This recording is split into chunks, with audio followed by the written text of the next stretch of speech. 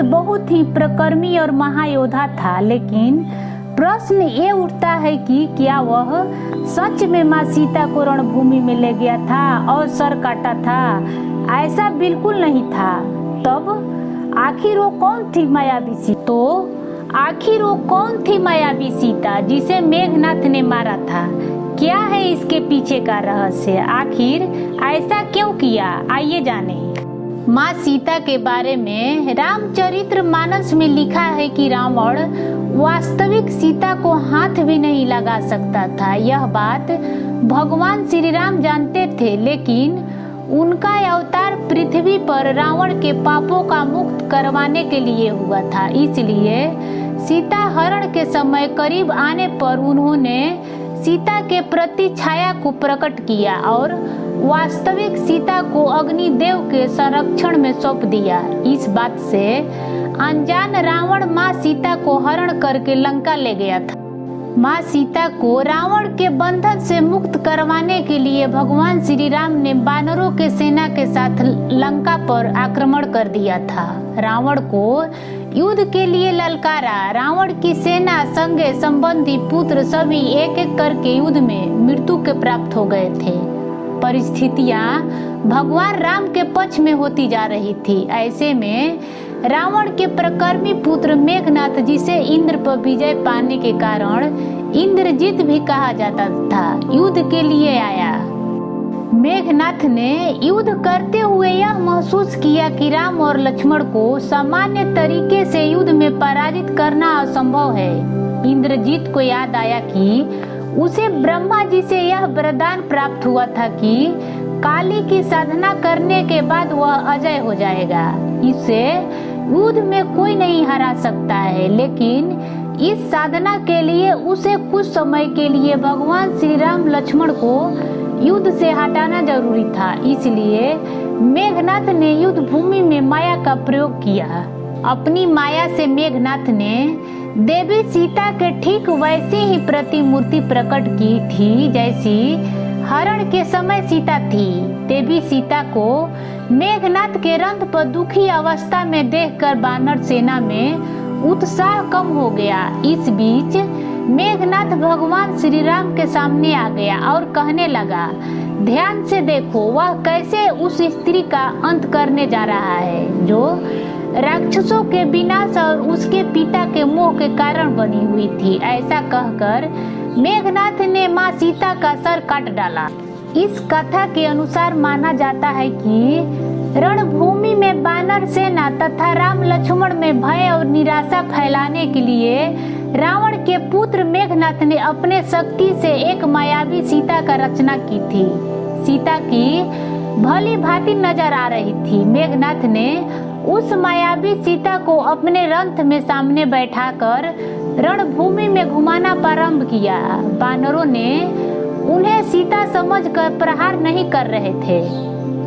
इसके बाद मेघनाथ ने मायावी सीता के बालों को पकड़कर खींचा तथा सभी के सामने उसे दो टुकड़े कर दिया। कुछ जगह पर उनका सिर कटने का उल्लेख मिलता है। यह दृश्य देखकर वानर सेना में निराशा फैल गई। सभी सोचने लगे कि जिस सीता के लिए युद्ध कर रहे हैं वे तो मारी गई, अब युद्ध का कोई फायदा नहीं। चारों ओर फैला हुआ खून देखकर सब लोग शोकुल हो उठे। मायावी सीता को मारा जानकर सुग्रीव की आज्ञा से वानरों ने युद्ध करना बंद कर दिया।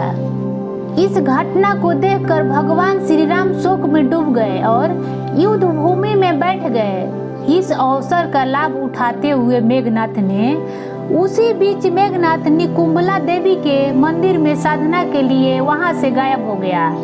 इस बीच विभीषण वहां आ गए और भगवान श्री राम को समझाने लगे कि यह अविश्वसनीय है कि मेघनाथ देवी सीता का हत्या करे, क्योंकि रावण को देवी सीता अत्यंत मोह है। दूसरी ओर हनुमान जी भी सच का पता लगाने के लिए मक्खी का रूप धारण कर अशोक वाटिका पहुँचे। अशोक वाटिका में माँ सीता उदास बैठी हुई थी। हनुमान जी लौट कर आए और सब हाल भगवान श्री राम को बताया। इसके बाद वानर सेना में जोश और उत्साह फिर से लौट आया और विभीषण की सहायता से लक्ष्मण जी उस स्थान पर गए जहां मेघनाथ साधना कर रहा था। लक्ष्मण जी ने मेघनाथ को युद्ध के लिए ललकारा। मेघनाथ और लक्ष्मण जी के बीच घमासान युद्ध हुआ। अंत में लक्ष्मण जी ने देवराज इंद्र के द्वारा दिया गया अस्त्र से मेघनाथ पर प्रहार किया। इसके बाद मेघनाथ का सिर कटकर धड़ से अलग हो गया और उसकी मृत्यु हो गई। रामायण की कथा में ये भी देखने को मिलता है कि जब रावण की बात माँ सीता नहीं मानी तब रावण ने यही छल किया था। उसने भगवान श्री राम के कटा हुआ सर अशोक वाटिका में माँ सीता के समीप ले गया था। कटा हुआ सर देखकर माँ सीता ने बिलख बिलख कर रोने लगी थी और माँ सीता अपनी प्राण त्यागने जा रही थी, लेकिन उसी समय त्रिजटा ने रोक लिया और कहा, पुत्री, ये रावण की माया है। अपनी माया से वो जैसा चाहे वैसा रूप बदल सकता है। तब माँ सीता ने त्रिजटा के कंधे पर सर रखकर सुकून के सांस ली थी। दोस्तों, कहा जाता है कि त्रिजटा भी भगवान श्री राम के अनन्य भक्त थी और ये भी कहा जाता है कि वह विभीषण के पुत्री भी थी। रावण ने युद्ध जीतने के लिए और माँ सीता को पाने के लिए कल, छल, बल तीनों का प्रयोग किया। ये सच है कि रावण की वासना और अहंकार ने ही उसके जीवन का अंत किया। यहाँ तक कि उसने अपने पत्नी मंदोदरी की बड़ी बहन माया को भी नहीं बख्शा। माया के पति संबर बैजंतीपुर के राजा थे। एक दिन रावण संबर से मिलने गया। वहाँ रावण ने माया को अपने जाल में फंसा लिया और जब संबर को इस बात का पता चला तो उसने रावण को कैद कर लिया। उसी समय रावण ने संबर पर हमला कर दिया और परिणाम स्वरूप युद्ध में संबर की मृत्यु हो गई। जब माया ने अपने पति के मृत्यु के बाद खुद को मारने को फैसला किया तो रावण ने उसे अपने साथ जाने के लिए कहा। माया ने क्रोध में रावण को श्राप देते हुए कहा कि तुम्हारी वासना के वजह से मेरे पति का मृत्यु हो गई, तुम्हारा अंत भी इसी वजह से होगा। लेकिन दोस्तों, एक कहावत है कि लाख करो चतुराई ब्रह्मा के लिखल मिट न पाई। दोस्तों, वही होता है जो राम चाहते हैं। लाख कोई कितना भी अपने आप को चतुराई कर ले, कितना भी अपने आप को बचा ले, लेकिन जो होने वाला है वो होकर ही रहेगा, उसे कोई नहीं मिटा सकता है। दोस्तों, ये कथा कैसा लगा कमेंट में बताएं और पसंद आए तो लाइक करें। मेरे चैनल को सब्सक्राइब करना न भूलें। धन्यवाद।